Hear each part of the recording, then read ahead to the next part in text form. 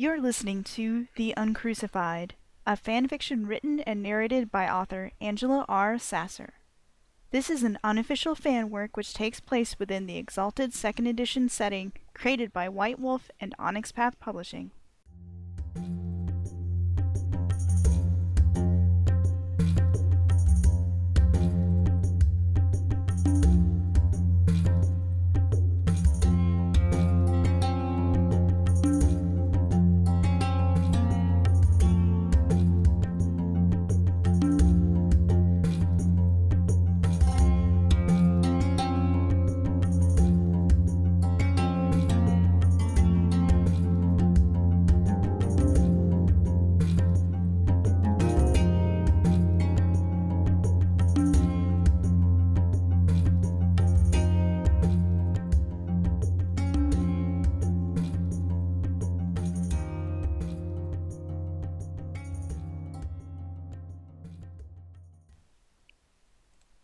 Forward.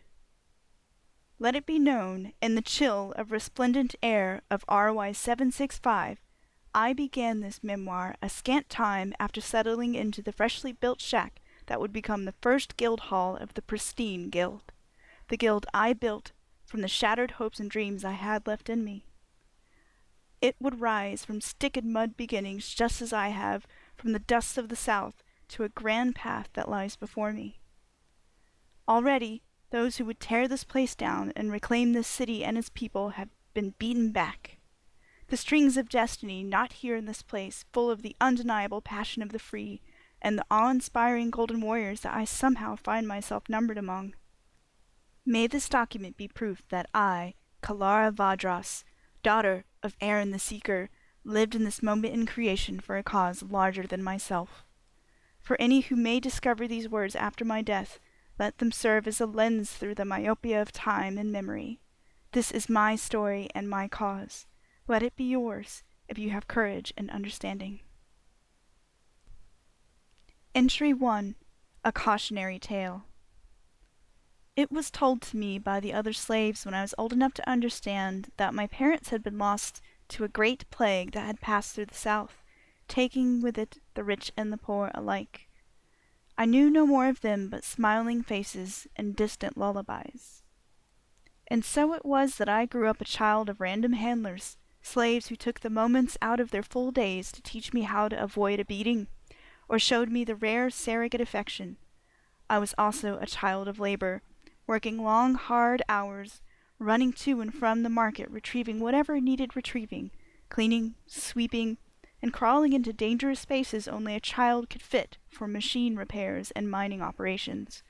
My lullabies became the murmured tales of Dream Eden, the slaves who returned from the Fey lands soulless and hollow. Tales of their misfortune lulled me to require darkness with their moral. Be a good little slave, for that is how one survived. There were worse duties for slaves, of course, like the dead-eyed dolls I saw sometimes in the pleasure quarters, or the wretched soot-covered chain gangs who worked the mines.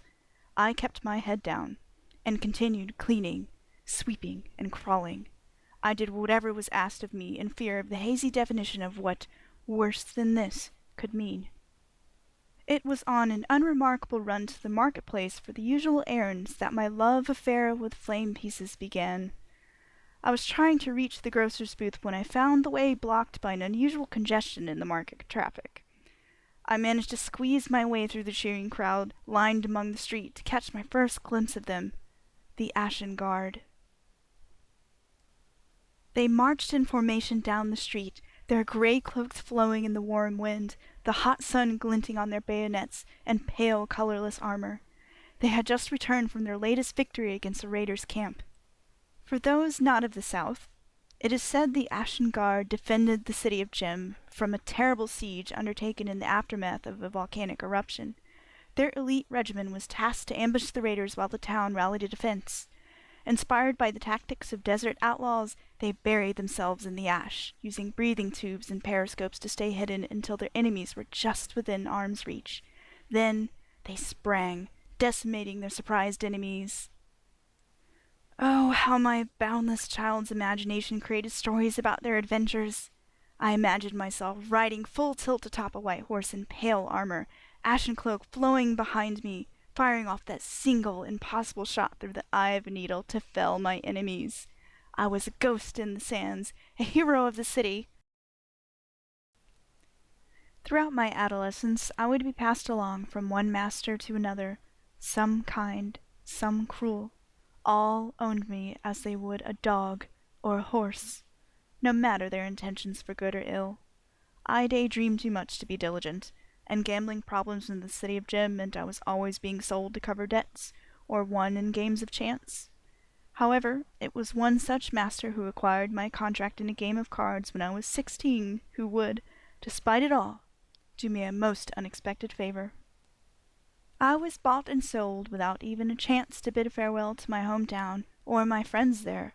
Attachments were always a dangerous thing to nurture in this life, for they could be stripped away, along with the rest of your identity, at the merest whim.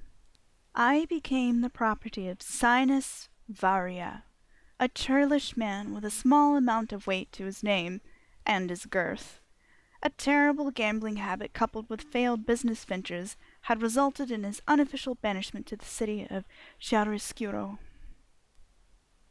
For an imperial from the Blessed Isle, I would learn that this was quite a disgraceful place for any noble, a fact Varia's wife, Sana, would remind me of constantly with her tantrums that often ended up unleashing upon myself or the other household slaves with the broadside of a light but sharp, carved bone swatter she used to keep away the flies. We lovingly called it her sharp tongue. Varia did not improve his gambling habit upon becoming an unlikely citizen of Gem.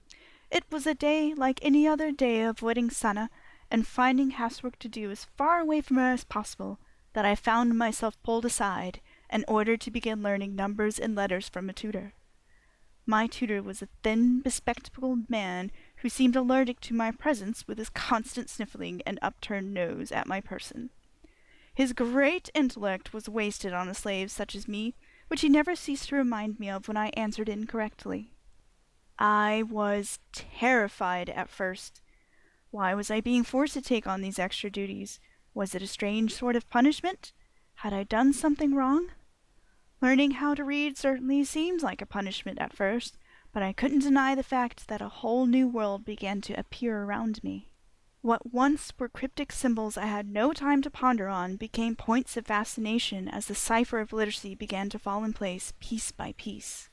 Fate would have it that I was a quick study, so much so that I could swear having seen a small glimmer of approval of my progress in my tutor's face one day. Soon my terror would peak, however, when Master Varia came and fetched me himself, gathering us quickly into a palanquin to go I knew not where. Understanding began to creep in as he brusquely explained that we were going to a meeting. I was to be his hand-servant while he played a game of chance. If the cards of his opponents were favorable numbers in a certain range, I would ask him if he would like me to fetch a drink. If they weren't, I would scratch my nose. His request was so surreal, I could do nothing but float through the night as if in a dream, daring not to mess up his instructions for fear of terrible punishment. Surprisingly, the numbers made sense, and I quickly picked up on the rules of the game. My performance was so flawless, various schemes with me as his gambling tool became more complicated as time went on. In a relatively short while, I was counting cards and creating elaborate signals to notify him by. I became his lucky charm, as he called it. I foolishly enjoyed the reprieve from my regular duties then, relishing the glimpse of uptown and its high-class lifestyle, and my usual prize of a good meal that didn't consist of table scraps. Varia even gifted me with a nicer set of clothes to attend the games at one point. I should have known such joy was tenuous, for when Sana found out, she got the idea in her head that his outings with me went deeper than gambling, that I had somehow become a target of her husband's illicit affection. To prove her claim false, and that I was nothing more than a tool for his games of chance, Varia gave me 11 lashes with her sharp tongue. Enough so that I passed out before the end. I still carry the scars like a lightning strike across my back to remind me to this day.